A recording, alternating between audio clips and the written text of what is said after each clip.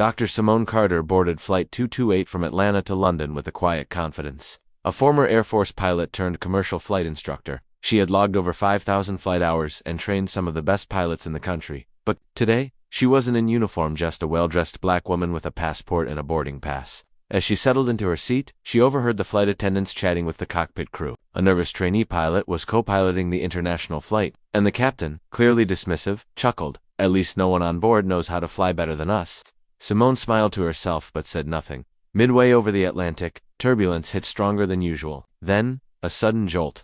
The seatbelt sign flashed as the plane dipped sharply. Gasps filled the cabin.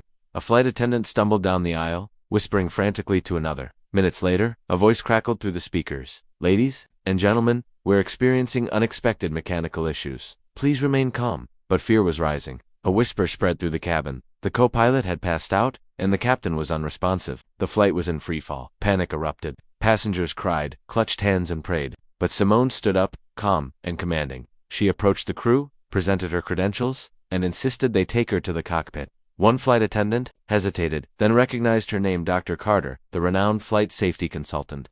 In seconds, she was behind the controls. The cockpit was chaos. Simone quickly assessed the instruments.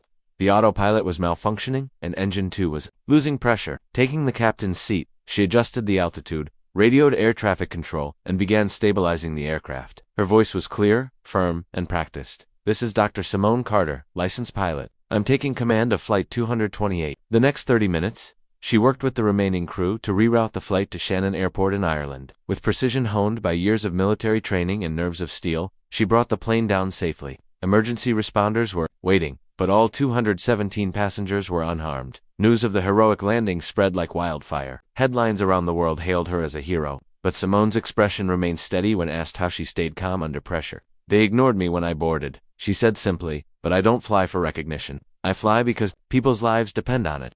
In that moment of crisis, a black woman the system tried to overlook became the world's brightest beacon of competence, courage, and grace.